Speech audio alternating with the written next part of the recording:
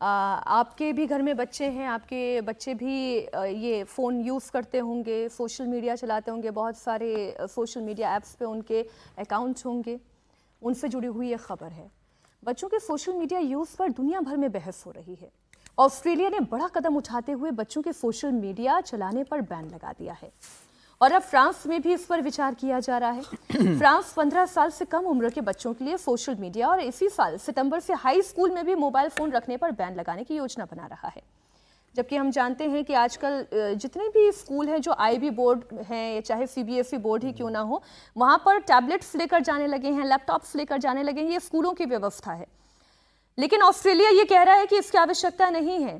France में पहले से ही प्राइमरी और मिडिल स्कूलों में मोबाइल पर बैन है और अब उसे बढ़ाने की और तैयारी चल रही है। फ्रांस की सरकार अगले कुछ दिनों में ही इसकी तैयारी शुरू कर देगी और पहले कानून का ड्राफ्ट तैयार किया जाएगा। फ्रांस ने 2023 में कानून बनाया था। इसके तहत अगर कोई 15 साल से कम उम्र का बच्चा सोशल मीडिया पर अकाउंट बनाता है तो ऐसे में उस प्लेटफॉर्म को पेरेंटल कंसेंट लेना जरूरी होगा। हालांकि तकनीकी चुनौतियों के कारण ये ठीक से लागू नहीं हो पाया। फ्रांस के राष्ट्रपति इमैनुअल मैक्रोन भी अक्सर युवाओं के बीच हिंसा के पीछे सोशल मीडिया को बड़ा जिम्मेदार मानते आए हैं।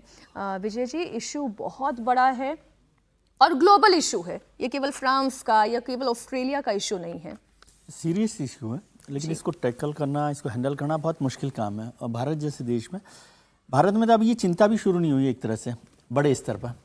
पर्सनल लेवल पे बहुत सारे लोग चिंता करते हैं, लेकिन मैं तो देखा है कि भारत में अब जो आपने जिक्र किया कि स्कूलों में सब टैबलेट लेके जा ही रहे हैं, लैपटॉप लेके जा ही रहे हैं और अब तो सारा होमवर्क मोबाइल पर ही दिया जाता है बच्चों को। उनकी अटेंडेंस है, उनकी ऑनलाइन क्लासेज हैं, ये सब कुछ चल रहा है। तो उसमें कैसे इसको रोका जा सकता है, किस तरह से काम किया जा सकता है, खासतौर से ये तो किया ही जा सकता है कि जो ऐप्स जिनको रोक लगा सकती है सरकार बच्चों के लिए समझ के, उस पर तो ध्यान देना ही चाहिए। और वैसे भी ये टेक्नोलॉजी को जितना हम लोग बच्चे इस्तेमाल कर रहे हैं उससे उनका बचपन खत्म हो रहा, ये चिंता भी दुनिया भर में हो रही है।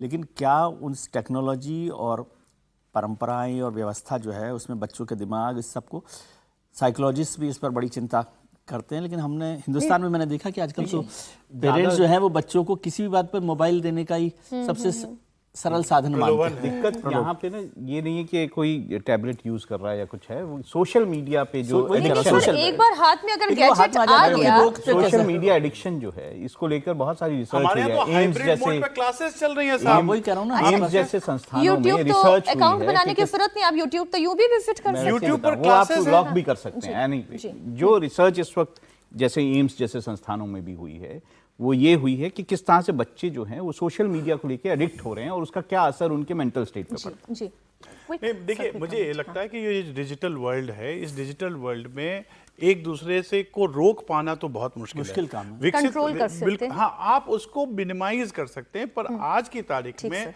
जैसे एआई भी है, मैं तो यूनिवर्सिटी में पढ़ाता हूं तो मैं कह सकता हूं कि एआई को भी हमें अपने कहीं ना कहीं पाठ्यक्रम में, कहीं ना कहीं उसको एक कार्यक्रम में, क्रियान्वयन में हमें इंक्लूड करना पड़ेगा। होता क्या है कि जब हम बिल्कुल ये कहने लगते हैं कि ये नहीं होना चाहिए, तो दैट इनसाइट्स मोर रिस्पॉन्सेज। तो मुझे लगता है कि हमारी जो साइबर लॉज हैं, ये जो हमारी साइबर पॉलिसीज हैं, उन साइबर पॉलिसीज को किस प्रकार से इंटीग्रेट किया जाए ताकि बच्चों को आप हटा तो नहीं सकते, बिल्कुल छोटे से छोटे बच्चों भी आज के डेट में खिलौने के रूप में मोबाइल का ही उपयोग करते हैं, बिल्कुल ठीक तो हटा तो नहीं सकते, लेकिन हाँ उसके जो Restrict दुष्प्रभाव कर सकते हैं हैं, उसको रिस्ट्रिक्ट करने की कुछ आवश्यकता तो है। कंट्रोल किया जाना चाहिए है ना, उन पर कुछ कंट्रोल किया जाए।